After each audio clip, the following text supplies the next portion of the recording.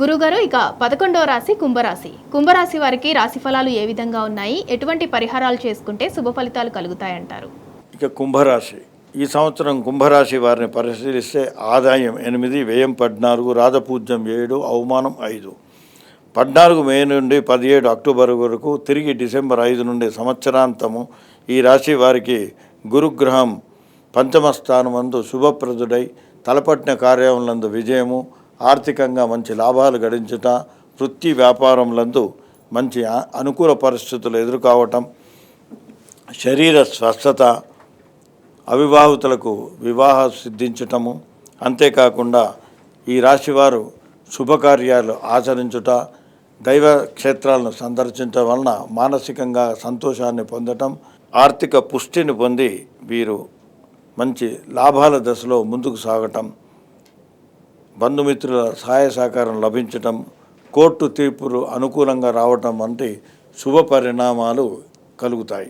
ఇక ఈ రాశి వారికి 18 అక్టోబర్ నుండి 4 డిసెంబర్ మధ్యకాలంలో గురుగ్రహం షష్టమ స్థానంలో సంతరించడం వలన బంధుమిత్రులు తనకు పడిరాని వారి వలన ఇబ్బందులు ఎదుర్కోవటం, అట్లే శత్రువర్గం వలన వృత్తి వ్యాపారం నందు లాభాలు తగ్గటం, కొన్ని అనానుకూల పరిస్థితులు ఎదుర్కోవటం, మానసిక ఆందోళన, శారీరక అస్వస్థత వలన ఇబ్బందులు ఎదురయ్యే సూచనలు కలవు.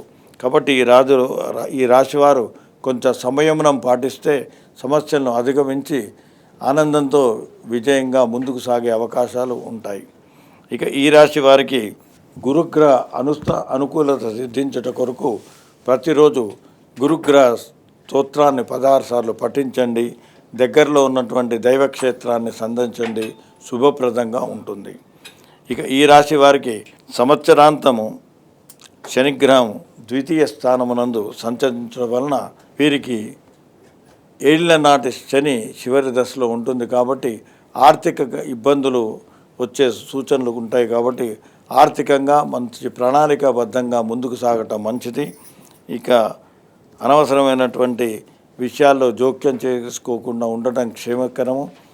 అధికారుల నుంచి, తన తోటి ఉద్యోగుల నుంచి చిన్న చిన్న సమస్యలు ఎదురయ్యే సూచనలు ఉంటాయి. కాబట్టి వీరు మానసికంగా కొంత ధైర్యంగా ముందుకు సాగితే సమస్యలను సులభంగా అధిగమించగలుగుతారు. ఈ రాశివారు ప్రతిరోజు శనిగ్రహ స్తోత్రాన్ని పఠించండి. దగ్గరలో ఉన్నటువంటి ఆంజనేయ స్వామి మందిరంలో ప్రతి శనివారం రోజు హనుమాన్ చాలీసా పఠించి ఆంజనేయుడికి అర్చన చేయించండి, శనికి అర్చన చేయించండి, శుభప్రదంగా ఉంటుంది.